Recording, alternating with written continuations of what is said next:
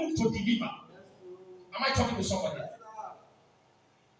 That is why it is not prayer that gets people saved.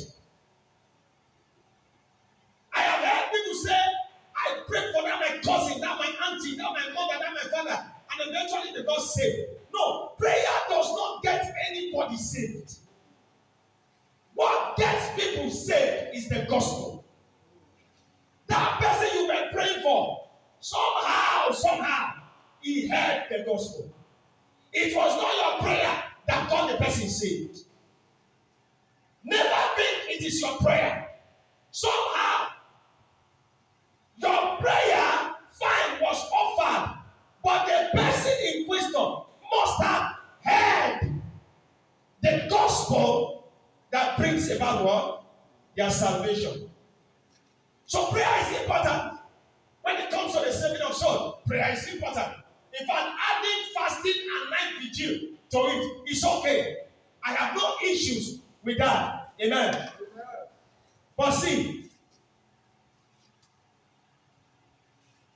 where does prayer comes in? When it has to do with the salvation of soul. Where does prayer comes in? Luke chapter 10 and verse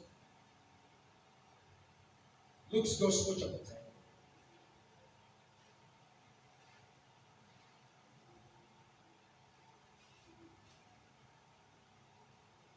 Therefore, said he unto them, Jesus talking, the harvest truly is great, but the laborers are few.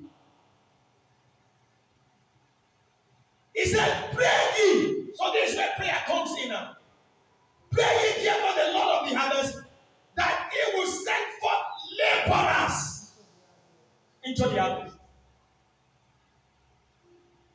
So the question now again is, who are laborers? If it is the power of God, the preaching of the gospel that get people saved, and we are saying now that prayer does not get anybody saved, but it is the gospel.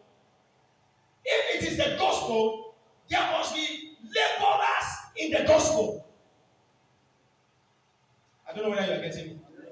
There must be those who labor in the knowledge of Christ.